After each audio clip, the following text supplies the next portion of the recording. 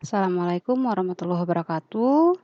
Selamat datang di channel Bu Emilia 87. Pada kesempatan kali ini, saya akan coba bahas soal-soal seleksi P3K guru. Pada video kali ini yang dibahas adalah soal-soal seleksi kompetensi teknis, manajerial, sosiokultural, dan wawancara. Baik teman-teman, mudah-mudahan video ini bermanfaat. Langsung saja kita ke soal. Soal-soal yang pertama adalah soal-soal seleksi kompetensi teknis. Soal yang pertama, tujuan penyuluhan pertanian jangka pendek adalah A. Peningkatan produksi tanaman, B. Perubahan perilaku dan kepribadian petani, C. Penyebarluasan informasi dan teknologi, D. Penerapan teknologi baru, E. Penerapan hasil penelitian. Jawaban yang paling tepat adalah B. Perubahan perilaku dan kepribadian petani. Next, soal nomor 2. Masalah dalam merumuskan dapat ditimbulkan oleh, jadi penyebab masalah itu dalam merumuskan masalah itu penyebabnya adalah A. Inovasi ekonomi, B. Inovasi individu, C. Inovasi kelompok, D. Inovasi massal, E. Inovasi sumber uang. Jawaban yang paling tepat adalah A. Inovasi ekonomi. Lanjut soal nomor, ini lompat ya teman-teman, ini nomor 4. Media yang tepat untuk mengajarkan kebutuhan ekonomi yang melonjak tinggi adalah A. Potongan artikel media cetak, B. Video di kanal YouTube, C. Tayangan berita di televisi, D. Daftar harga barang pokok terbaru, E. Buku paket. Jawaban yang paling tepat adalah C. Tayangan berita di televisi. Ini terbalik teman-teman. Ini soal nomor 3-nya. Bahan yang akan disampaikan oleh para penyuluh kepada pelaku utama dan pelaku usaha merupakan pengertian A. Rencana kerja, B. Penyuluhan pertanian, C. Sistem penyuluhan, D. Materi penyuluhan, E. Program penyuluhan. Di sini ada kata kuncinya bahan ya. Jawaban yang paling tepat adalah D. Materi penyuluhan. Nomor 5. Dalam setiap kali penilaian, Pak Joko selalu membuat rubrik penilaian yang berisi kriteria penilaian yang mencerminkan kompetensi yang akan dinilai. Hal ini sesuai dengan prinsip penilaian A. Sistematis, B. Beracuan kriteria, C. Menyeluruh, D. Sistematis, E. Akuntabel. Di sini ada dua jawaban yang sama ya, sistematis. Jawaban yang paling tepat adalah beracuan kriteria. Lanjut ke soal kompetensi manajerial. Soal nomor 1.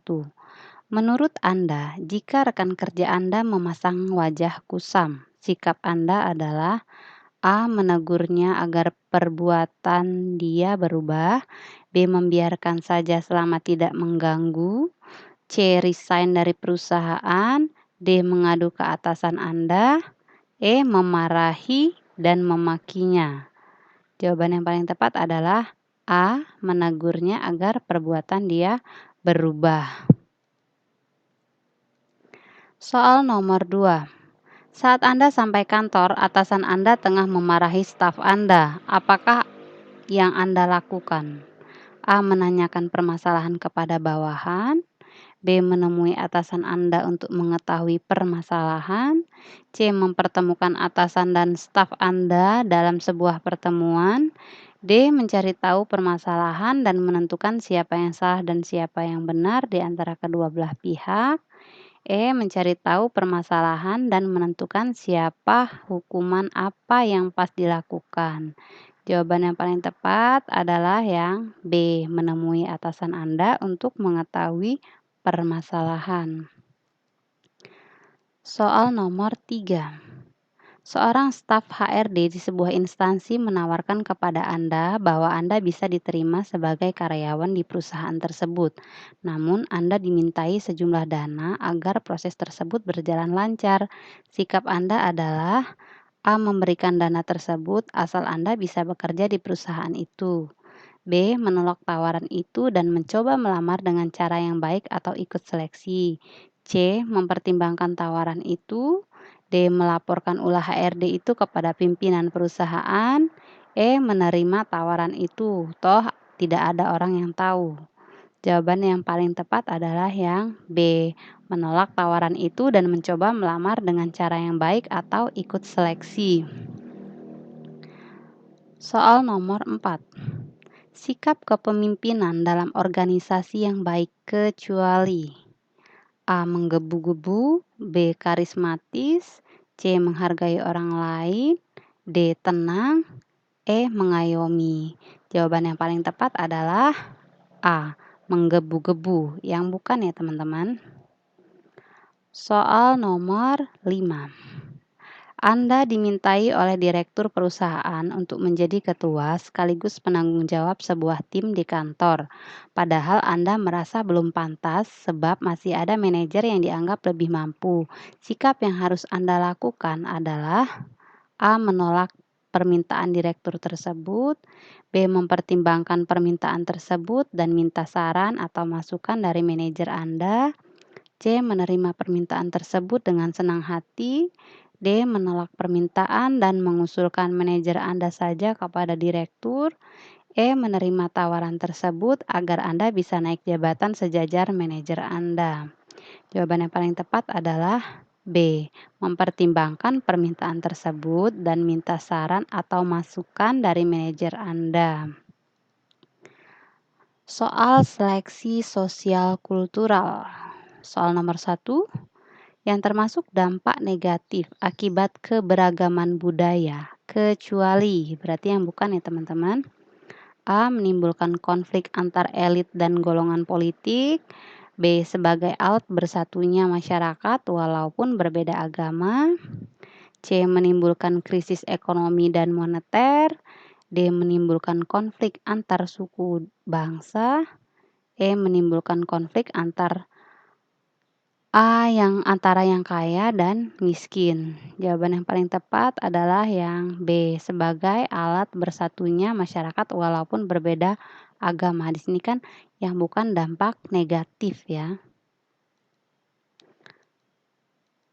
Soal nomor 2. Kebudayaan, kebendaan merupakan alat dan teknologi yang dibutuhkan oleh masyarakat untuk menguasai alam, menurut definisi kebudayaan dari Selo Sumarjan, termasuk ke dalam bagian yang dinamakan A. Rasa, B. Karya, C. Jiwa, D. Cipta, E. Karsa. Jawaban yang paling tepat adalah B. Karya. Soal nomor 3. Faktor geografis yang dapat mengilhami perkembangan budaya adalah A. Ide seseorang untuk menciptakan sesuatu, B. Hasil rekayasa genetik, C. Ide mengembangkan jalan kereta bawah laut, D. Tidak sesuainya kemajuan peradaban terhadap sarana hidup, E. Letak sebuah daerah terhadap daerah lain. Di sini ada kata kunci faktor geografis ya. Jawaban yang paling tepat adalah E. Letak sebuah daerah terhadap daerah lain. Ini kata kuncinya teman-teman ya, geografis. Soal nomor 4. Anda ditugaskan oleh atasan Anda bekerja untuk beberapa minggu di luar daerah. Setibanya di sana, ternyata daerah tersebut mayoritas wanitanya berhijab, sedangkan Anda belum berhijab. Bagaimana Anda menyikapi hal tersebut? A. Tetap pada pendirian dan berpenampilan seperti biasanya.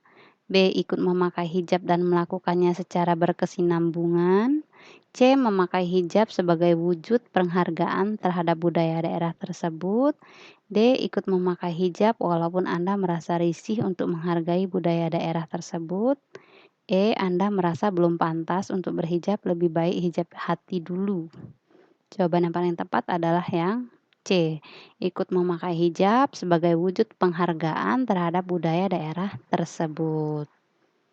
Soal nomor 5. Dalam dunia kerja, Anda akan bertemu dengan orang-orang dari latar belakang yang berbeda. Terkadang ada orang yang cuek dan tidak mau tahu. Ada juga yang sangat aktif mengkritik dan menyuarakan pendapatnya terhadap Anda. Sikap Anda A. Bersifat terbuka terhadap kritik atau masukan. B. Menjadikan kritikan sebagai masukan yang membangun agar Anda bisa menjadi pribadi yang lebih baik lagi. C. Saya jadikan kritikan sebagai bahan evaluasi diri. D. Berusaha menerima setiap kritikan yang dilontarkan untuk Anda. E. Memahami karakter setiap orang yang Anda temui. Jawaban yang paling tepat adalah B. Menjadikan kritikan sebagai masukan yang akan membangun agar Anda bisa menjadi pribadi yang lebih baik lagi. Soal-soal seleksi wawancara. Soal pertama, apa motivasi Anda menjadi PPPK atau P3K? Ini jawaban opsional ya. Jawaban terbaik yaitu ingin mengabdikan diri kepada negara dan melayani masyarakat, ingin mengembangkan kemampuan diri agar menjadi pegawai yang profesional. Sekali lagi ini jawaban opsional. Bisa teman-teman tambahkan dengan jawaban terbaik teman-teman punya ya. Soal nomor 2. Apa pendapat Anda tentang profesionalisme ASN atau aparatur sipil negara? Jawaban terbaiknya, ASN yang profesional adalah ASN yang mumpuni dalam jabatan sebagai ASN, meliputi kompetensi manajerial, kompetensi teknis, kompetensi sosiokultural. Kompetensi tersebut dibuktikan dengan integritas dan kejujuran dalam bekerja, berkemauan bekerja sama dengan rekan baik seprofesi maupun meningkatkan pelayanan pada negara dan masyarakat dan berperan aktif dalam membantu rekan untuk mengembangkan dirinya, memiliki kemampuan komunikasi yang efektif, siap dalam beradaptasi dan pandai dalam mengelola perubahan ke arah yang lebih baik, berani mengambil keputusan yang tepat, menjalankan tugas dengan baik, dan berorientasi hasil memiliki kemampuan sesuai dengan jabatan yang diemban atau kompetensi teknis, memiliki jiwa sosial dan terbuka dalam perbedaan. Ini opsional saja, bisa sebagai bahan referensi teman-teman dalam menjawab soal yang seperti ini. Lanjut soal nomor 3. Apabila Anda diangkat menjadi pegawai PPPK atau P3K, apakah Anda bersedia ditempatkan di seluruh wilayah Indonesia? Berikan alasan Anda. Jawaban opsionalnya, saya bersedia ditempatkan di mana saja karena saya merasa menjadi bagian dari masyarakat Indonesia.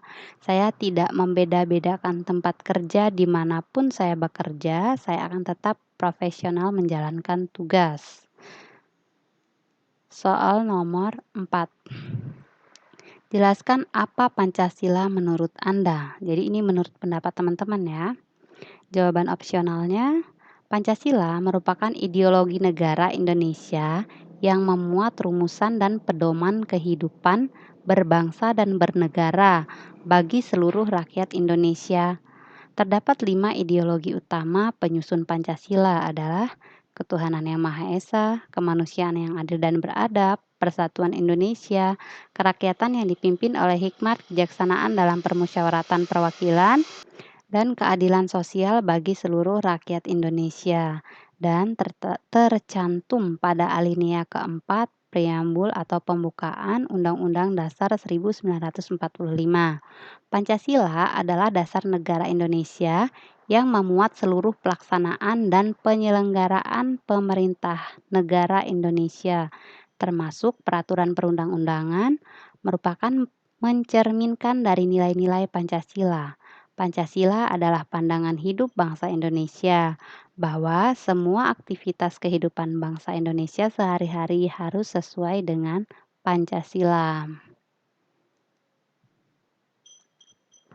Soal nomor 5. Apa pendapat Anda tentang lagu Indonesia Raya?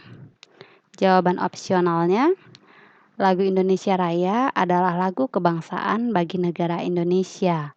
Lagu Indonesia Raya adalah gambaran perasaan nasional yang memiliki makna, salah satunya menggambarkan semangat dan cita-cita bangsa Indonesia yang tertulis dalam lirik demi lirik lagu. Lagu Indonesia adalah termasuk identitas nasional. Kita sebagai bangsa Indonesia harus bangga terhadap lagu Indonesia dan senantiasa menjiwai apa yang terkandung di dalamnya. Mencintai lagu Indonesia merupakan bagian dari cinta tanah air dan rasa nasionalisme. Demikian teman-teman, pembahasan soal-soal prediksi soal-soal P3K guru, baik itu mencakup manajerial, teknis, wawancara, sosial kultural. Semoga bermanfaat untuk teman-teman yang akan menghadapi tes dan saya berharap teman-teman bisa lulus semua. Amin. Sampai di sini dulu video kita kali ini.